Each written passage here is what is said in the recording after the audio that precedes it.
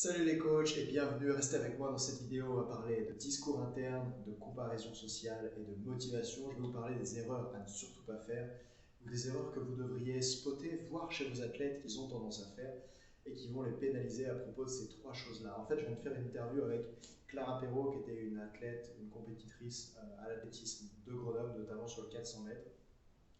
Et je lui ai demandé de me raconter un peu ce qui s'était passé pour elle et pourquoi elle a pris la décision d'arrêter la compétition en athlétisme. Et en fait, les choses se sont déroulées un petit peu dans l'ordre suivant.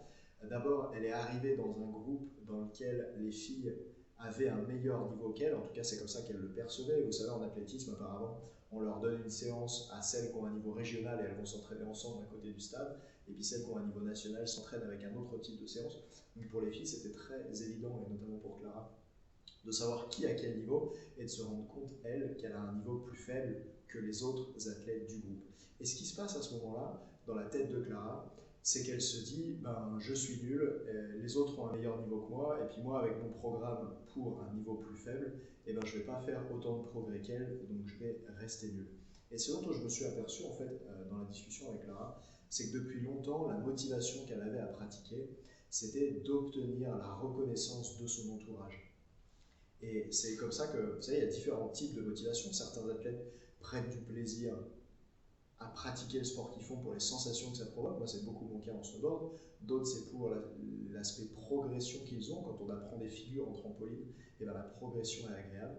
Pour Clara, son principal levier de motivation, c'était la reconnaissance des autres, que les gens viennent lui voir et disent « Clara, super, tu as fait une belle course, tu vas ensuite pouvoir aller au championnat de France, tu peux t'attendre à de belles choses, etc. » Et ce qui s'est passé à ce moment-là, c'est que quand le niveau de Clara a diminué, notamment suite à une blessure, qu'elle n'était plus parmi les meilleures, elle n'avait plus cette reconnaissance sociale-là.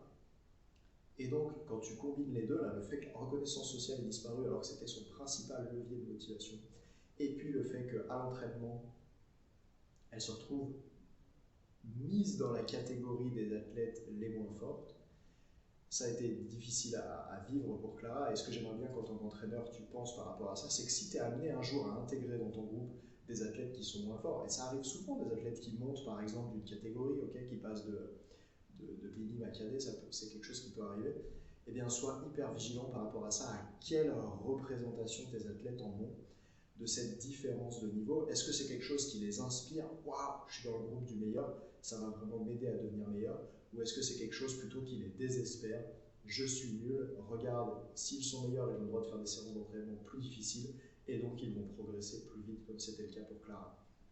J'ajoute, et j'espère que j'attire ton attention avec ça, que pour Clara, il y avait beaucoup de comparaisons sociales qui étaient renforcées par son discours interne. Je m'explique, elle était sur la course et elle se disait, les gens vont penser de moi que je suis moins athlétique qu'avant, que j'ai pris du poids. Les gens vont penser de moi que je me traîne et que l'entraîneur que j'ai, il est quand même connu pour faire ce qu'il a fait dans l'athlétisme. Et donc, cet entraîneur-là, il devrait avoir des filles qui courent plus vite dans son groupe. Et donc, je ne suis pas à la hauteur, je ne mérite pas ma place dans ce groupe-là.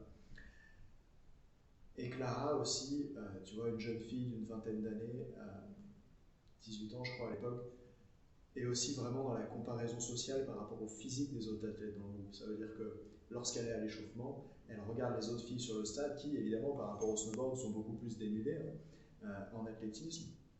Et elle se dit, tiens, elles sont vraiment mieux gaulées que moi, je ne suis pas à la hauteur de celle-là, etc. Et en fait, quand elle se compare comme ça, quel impact ça crée pour elle? Moi, j'ai posé la question à Clara et elle m'a dit, et j'ai filmé tout ça dans l'interview que je mets à disposition des athlètes que j'entraîne en individuel. Elle m'a dit que pour elle, c'était complètement bloquant, qu'elle était terrifiée à l'idée de prendre le départ de la course et de ne pas être à la hauteur de ce qu'on attend d'elle, et surtout en fait de ce qu'elle croit qu'elle attendait, puisqu'elle s'est rendue compte que c'est avec ces pensées-là qu'elle a pour elle qu'elle se met dans cet état-là. Et du coup, si toi, tu es entraîneur, moi j'ai envie de savoir, est-ce que tu fais attention à ce que tes athlètes se disent à eux-mêmes, notamment du point de vue de la comparaison sociale, soit parce qu'ils sont dans un groupe qui est d'un meilleur niveau qu'eux, soit parce qu'il y a des, on va dire, je ne sais pas comment appeler ça, des problématiques corporelles. Enfin, il y a des sports quand même où tout est extrêmement visible, comme c'est le cas en athlétisme, et du coup ils ont tendance à beaucoup porter leur attention là-dessus.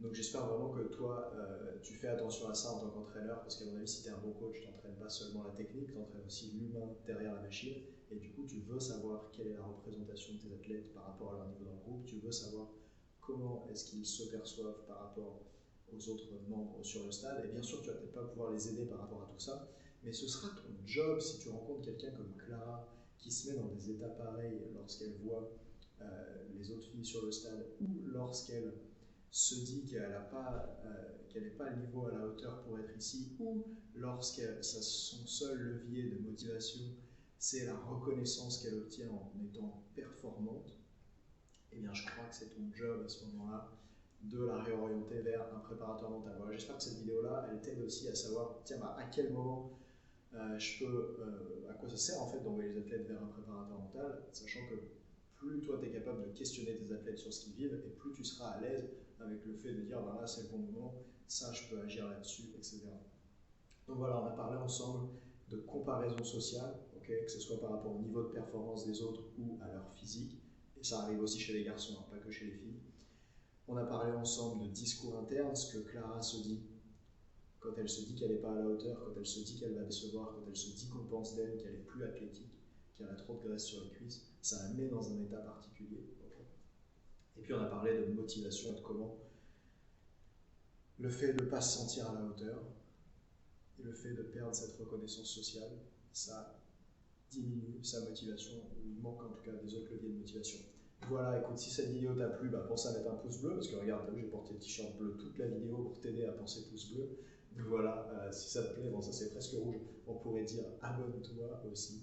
Et puis comme ça, je continuerai de faire plus de vidéos comme celle-ci. Là, je suis à Madrid au moment où je te tourne ça, c'est pour ça qu'il y a une déco un peu spéciale et le casque sur la tête. J'espère que ça t'a plu et je te dis à bientôt. Ciao.